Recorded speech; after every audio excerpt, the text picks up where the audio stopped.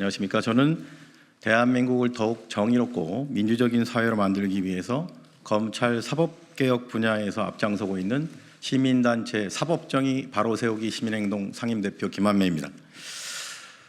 대통령이 배우자와 함께 자신이 소속된 여당의 총선 공천에 개입을 하고 총선 기간 내내 전국을 돌면서 막대한 예산이 드는 그런 정책과 공약을 남발하는 행위를 일삼았습니다. 그럼에도 불구하고 여기에 대해서 국민적 분노가 일어나야 하는 것이 지금 정상인데 여론 등이 거기에 상응하는 그런 보도가 있는지 의문입니다. 금일 기자회견에 참석한 참석자분 먼저 소개해드리겠습니다. 국회 법제사법위원회 소속으로 검찰 사법 분야 개혁에 가장 앞장서고 계신 장경태 의원님 함께하고 계십니다. 그리고 영부인 김건희 명품백 수수 사건과 관련하여 내일 수사심의위원을 앞두고 계신 최재형 목사님 함께하고 계십니다. 이 사건의 중대함은 많은 국민들의 그런 분노와 또 이 사건이 갖고 있는 여러 가지 역사적 의미에 대해서 그 중대성을 정말 얼마나 이 사건이 중대한지 다시 한번 생각하게 됩니다. 그 점에 대해서 먼저 최재형 목사님께서 짧게 모두 발언을 해주시고 그 이후에 고발인 단체 명의의 기자회견문을 낭독하도록 하겠습니다. 안녕하십니까. 최재형 목사입니다. 먼저 모두 발언하기 전에 중대한 광고 말씀 하나 드리겠습니다. 오늘 밤 9시 정각에 서울의 소리 매체를 통해서 대통령실의 5시간 녹취록이 특종 보도로 방영이 될 예정입니다. 그 외에도 많은 기자들과 탐사 작가들이 충청도판 명태균 사건이 곧 터질 거라고 지금 예고를 하고 있고 부산 지역에서도 그와 동일한 사건들이 터질 거라는 예고들이 나오고 있습니다. 윤석열 대통령 부부는 무엇이 그리 급해서 취임식을 하기도 전에 당선자 신분 시절에 선거 공천에 깊숙이 개입을 하고 공항으로 말하자면 관제탑 역할을 하며 선거를 직접 개입을 했는지, 그리고 취임 직후 지금 2024년 지난 총선 때까지 정당 정치 공천에 어떻게 관여를 했는지 오늘 저희 서울의 소리 보도와 그동안 뉴스토마토의 보도, 이것을 취합하면 국민 여러분이 가늠할 수가 있다고 저는 생각을 합니다. 그럼에도 불구하고 오늘 고발단체가 얼마 전에 윤석열 대통령의 총선 개입과 선거 중립 위반을 공수처에 고발했음에도 불구하고 공수처는 권력이 무서워서 검찰로 이첩을 했고 검찰은 다시 서울경찰청 마포 수사대로 이첩을 하고 그렇게 해서 흐지부지 하려는 속셈을 하고 있으면서 저를 비롯해서 양평에서 고속도로 변경 조작 사건을 밝히며 300일 가까이 농성을 했던 양평군 의원들과 여연정 의원 그리고 최재관 위원장, 이러한 인사들을 압수수색을 하고 그들을 입건을 하고 그리고 70세가 넘은 노인을 밤 11시까지 조사하며 차량 압수수색, 신체 압수수색, 자택 압수수색을 벌이는 만행을 몇 달 동안 지속적으로 행하고 있습니다.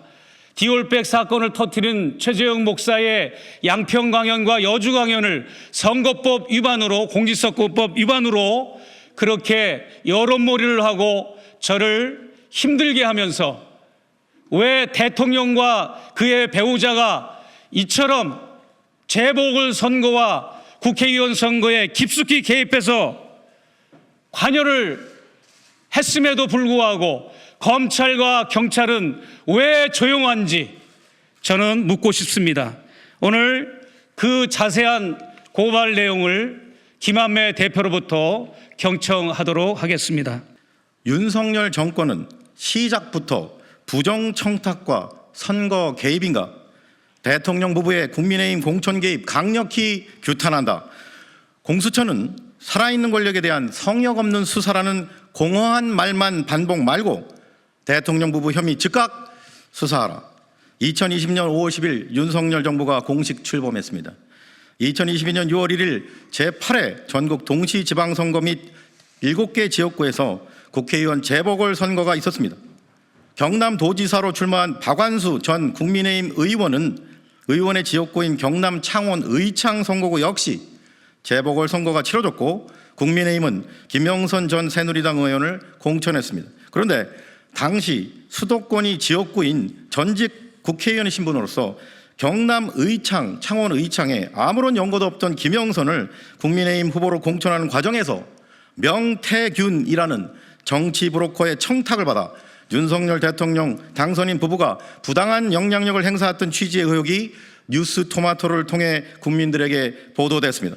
제20대 대통령 취임식 하루 전날인 2022년 5월 9일 명태균과 지인 간에 이루어진 뉴스토마토가 공개한 전화통화 녹음 파일에 따르면 명태균은 지인에게 사모하고 전화해가 대통령 전화해갖고 대통령은 나는 김영선이라 했는데 그래서 윤상현이 끝났어 라고 말합니다. 2022년 재보궐선거 당시 국민의힘 공천관련위원장은 윤상현 의원이었습니다. 명태균은 Y가 대통령 이름 팔아가지고 K가 공간이 압박을 넣어가지고 라며 내가 가만히 있을 놈이라 끝났어 XXX들 대통령 뜻이라 해갖고 내가 대통령 전화한 거 아니야 라고 말했습니다. 이어 소문나면 안 돼요. 후보들 난리 날 겁니다. 땡땡땡 임 조심하라고 우리끼리만 그거 하고 라며 내일 아마 점심때 발표하겠지 그 행사가 있기 때문에 라고 보안을 당부했습니다. 한편 윤석열 대통령은 자신이 서울중앙지검장으로 재직하던 2018년 2월 1일에 박근혜 전 대통령을 2016년 4월 13일 열린 제20대 총선을 앞두고 새누리당 공천 과정에 불법적으로 개입하였다는 공직선거법 위반 혐의, 공무원 등의 당내 경선운동 금지 규정 위반 부정선거운동죄로 기소하여 2018년 7월 20일에 1심에서 징역 2년의 실형을 선고받고 2018년 11월 28일 항소심에서 징역 2년이 확정하게 만든 수사 책임자였습니다. 이에 다음의 혐의로 피고 발인 윤석열, 김건희, 명태균, 김영선을 공수처에 고발합니다. 1. 직권남용 권리행사 방해의 점. 대통령의 직무권한은 막강하고 방대합니다. 하지만 아무리 대통령이라 하더라도 국민이 부여한 대통령의 직무권한은 헌법과 관계법령에 의해 민주적 통제를 받는 것이 헌법 정신이며 국정운영의 기본 원칙입니다. 대통령 역시 엄연히 국가공무원의 한 사람이자 국가공무원으로서 국가와 국민에 대하여 봉사하는 자세로 자신의 직무권한을 절제하여 행사해야 합니다. 대통령 당선인 역시 관계법령에 따라서 자신의 직무권한을 통제받습니다. 그런데 피고 발인 윤석열은 대통령 및 당선인으로서의 직무권한을 국가와 국민의 유익을 위해 공명정대하게 사용해야 함에도 불구하고 자신의 배우자인 김건희와 함께 국회의원 재보궐선거를 앞두고 후보자 공천과 관련하여 부정한 사적 청탁이 실현되게 할 목적으로 대통령 당선 및 당선인의 직무권한을 남용한 혐의가 있습니다. 심지어 공직선거법을 위반하여 국민의힘 국회의원 공천 과정에 개입하였습니다. 결국 피고 발인 윤석열과 김건희는 정치 브로커인 명태균으로부터 김영선을 국회의원 재보궐선거에 후보자로 공천해달라는 부정한 청탁을 받아 공직선거법을 위반하면서까지 부하 공무원 및 국민의힘 공천관리위원들에게 의무 없는 일을 하도록 불법적인 영향력을 행사하는 등 헌법과 법령에 의해 민주적 통제를 받아야 하는 대통령 및 당선인의 직무권한을 국가나 국민을 위해서가 아니라 부정한 청탁을 실현할 목적으로 함부로 남용하였으므로 직권남용죄의 대책을 져야 마땅합니다. 이 공직선거법 위반의 점, 공직선거법 제57조의 6 공무원 등의 당내 경선운동 금지, 공무원은 그 지위를 이용하여 당내 경선에서 경선운동을 할 수 없다.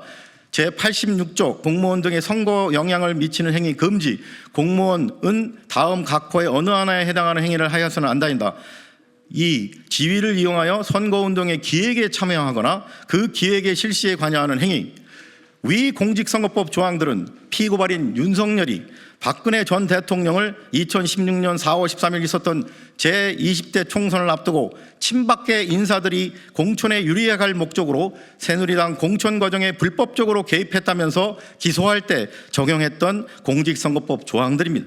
그런데 피고발인 윤석열 대통령 당선이라는 공무원의 신문으로 공직선거법상 국민의힘 당내 경선이나 공천 과정에 개입할 수 없음에도 불구하고 정치 브로커인 명태균으로부터의 부정한 청탁을 실현할 목적으로 공직선거법상 엄격히 관여가 금지된 국민의힘 국회의원 후보자 공천 업무에 불법적으로 개입하였습니다.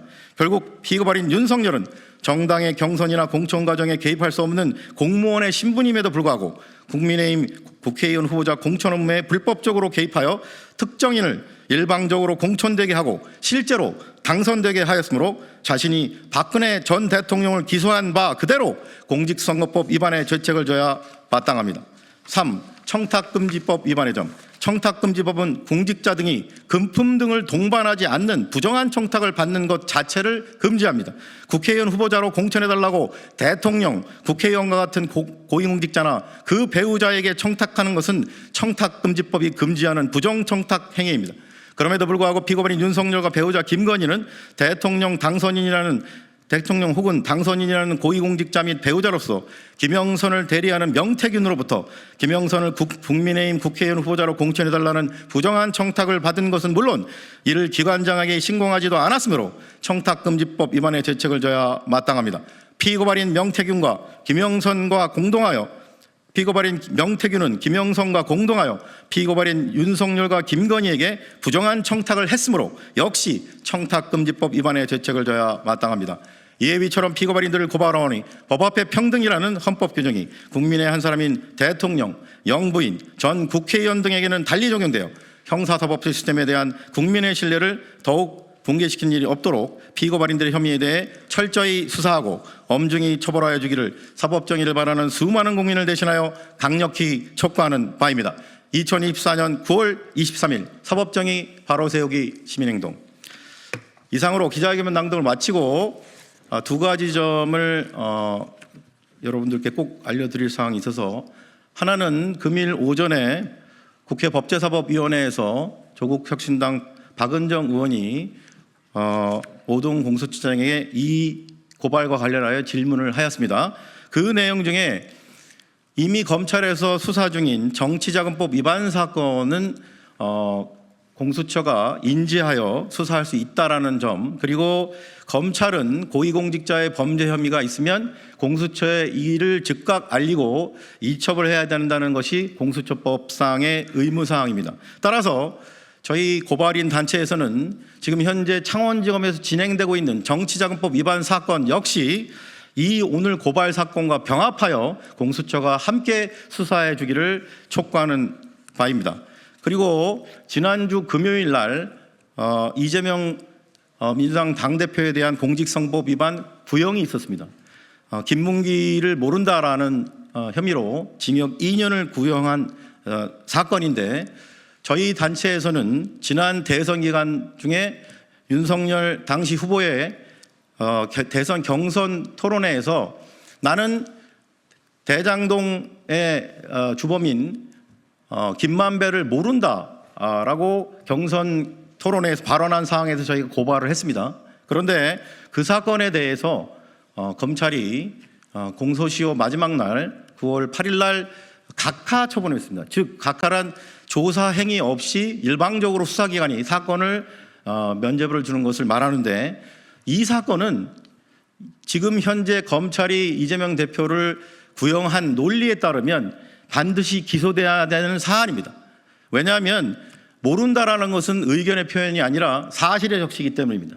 따라서 허위사실공표죄, 공직선거법상 허위사실공표죄에 의해서 동일하게 법 앞에 평등에 의해서 동일한 잣대로 기소돼야 마땅한 사안이기 때문에 저희 단체에서는 윤석열 당시 후보자가 나는 김만배를 모른다라고 했던 그 사건을 다른 사건들과 함께 다시 재고발하기로 하였습니다. 다시 한번 강조드리지만 검찰이 이재명 당대표에 대해서 구형한 논리 그대로 법 앞에 평등에 입각해서 저희가 재고발한다는 점 말씀을 드리겠습니다. 그러면 이상으로 윤석열 대통령 부부 등에 대한 2022년 국회 재보궐선거 관련 직권남용, 공직선거법 그리고 청탁금지법 위반 혐의 공수처 고발 기자회견을 마치고 혹시 추가적인 질문 있으시면 바깥에 이동해서 질문 받도록 하겠습니다. 그럼 이상으로 기자회견 마치도록 하겠습니다. 감사합니다.